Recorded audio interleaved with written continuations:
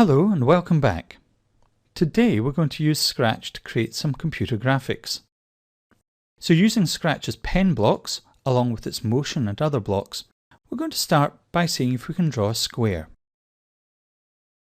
So I'm going to drag out a move 10 steps block, let's make that 100, and turn 90 degrees. We'll copy this and copy it one more time. So we have 4 sets of blocks that move 100 steps and turn 90 degrees. Hopefully that's going to bring the cat back to its starting position, having drawn a square. Let's double click this stack to see if it works. Well, it did. It moved so quickly we couldn't see it. And of course the cat didn't put its pen down to draw. So let's drag out a pen down block there. And now try. And we can see that it's drawn a square. If I hide the cat, you'll see the whole square there. Let's show the cat again. Well, we have 4 sets of blocks that do the same thing. So it would make sense to get rid of 3 of them and using a control block, repeat this a fixed number of times, that is 4. And if I clear, let's see if the same thing happens. And it does. Now I could change this program to draw a pentagon. Each pair of blue blocks draws a side of the shape. Now a pentagon has 5 sides, so we'll repeat 5 times, moving 100 steps, but this time we're going to have to turn 72 degrees every time. Let's clear the screen and see if that works. And it does. Let's create a hexagon, 6 sides with 60 degrees to turn each time. Let's just drag out that clear block there so it always happens. Now let's see if I can draw a square, a pentagon and a hexagon all in a line. So I'm going to duplicate this code. And the first one is going to be the square. 4 sides with a 90-degree turn. Then the pentagon, 5 sides with a 72-degree turn. And let's run this stack. Well, it does, but they all have the same starting point.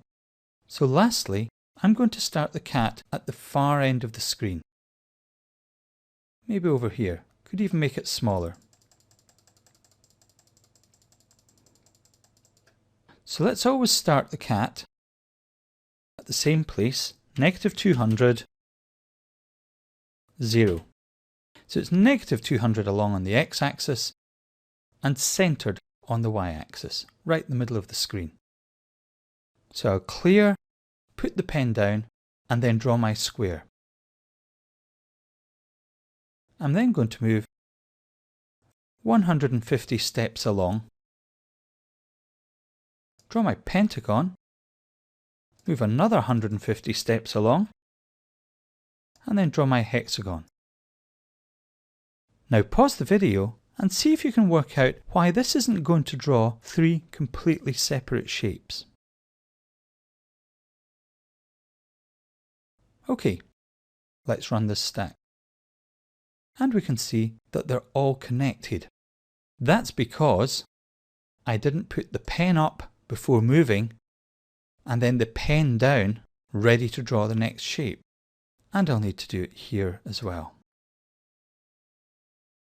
Let's put a when green flag clicked there too. Well, I now have 3 separate shapes, but they get bigger because all of them have the same length of side. So I think we're going to have to reduce the length of each side accordingly.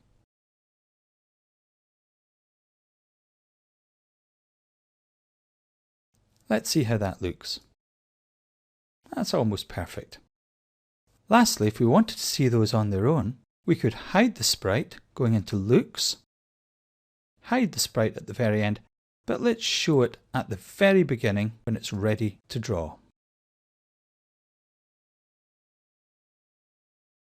Finally, let's alter this program to see if we can draw 3 squares of the same size in a much more efficient way. So let's get rid of these blocks and see if we can create an event, just like when the green flag's clicked, that goes through the commands to draw a square. Well, we can do this. We can say, when I receive square, I'm going to carry out these commands. And here, I'm going to broadcast and wait square. I will duplicate these. In fact, let's put that down here and see if that works. And it does. And in this way, we've reduced the amount of code that we have to write each time. We could even include at the end the code that makes the sprite move to its next position without drawing. And if we make that part of the square event, and just get rid of that,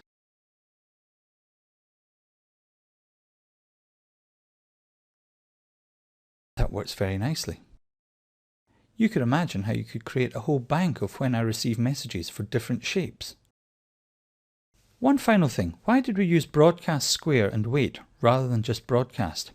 Well, a broadcast and wait command will carry out all of the instructions in the message that's broadcast before going on to the next block.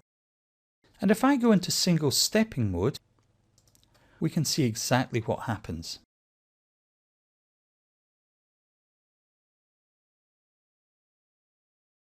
Experiment and have fun.